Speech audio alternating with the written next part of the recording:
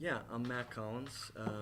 Look, I moved down here 2 years ago, and very simply put, we saw a hole in the center of Lexington, and did our homework and realized that this was an incredible opportunity not only for us but to make an impact on this community that I've recently joined. Just a little background. I moved here 2 years ago because my father's from Kentucky. I grew up with the desire to someday come back here, and I've done that. And we are incredibly excited to have this opportunity to make an impact in a community that we love. And we're really optimistic that we can get this thing, off the ground and running. And the way we're looking at this project is it is, the catalyst that will spark a renaissance in downtown Lexington. Yeah, it's a great opportunity for us, for the local institutions, for the local businesses, for the city government. Everyone is a stakeholder in this project, and we're looking forward to everyone's cooperation and participation in getting this thing done and done successfully. And Atit, can you tell us a little bit more about you? Yeah, sure. So I originally grew up in St. Louis, Missouri, and I live in New York right now. I run a development firm called Bridgeton Holdings.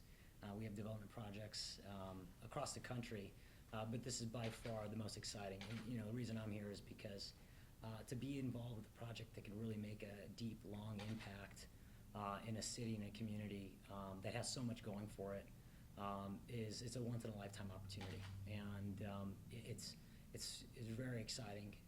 My entire team is very excited. Been here a few times.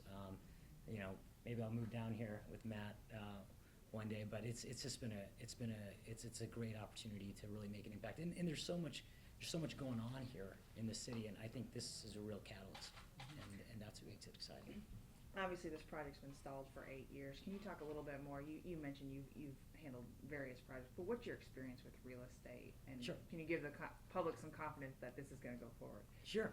I grew up in real estate my entire life. I actually grew up first few years in a motel, learning how to clean rooms, running the front desk, and I've been in real estate and real estate development projects my entire life. My company owns, operates, or manages 60 properties across the country right now.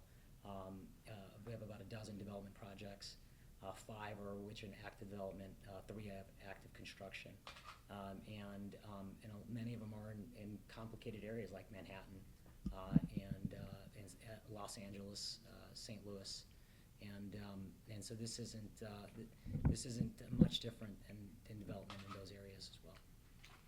Tell us a little bit of how the project. I realize that things are sort of in flux, but how will this project change from what people have typically seen? I would say this, there are still a lot of moving parts, and it's early, but the larger pieces of this project are likely to stay intact. This is a big mixed-use development, and it's necessarily so to achieve the intended impact, to make this thing a catalyst for a renaissance in Lexington. In our estimate, we need a hotel, a garage, office space, and high-end residential. Without all these pieces working in concert with each other, you don't get the boom that we're seeking. We could do better on in a couple minutes. Okay. Yeah, this is the last question. Okay. So when are people going to see those cranes moving, or something happening on the site? Our hope is in the next few months, in 6 months or so. Right. And you don't have a specific thing on whether it's going to be the parking garage first, or how, or could be. I think you necessarily need to do the parking garage first. It's the base of the entire project.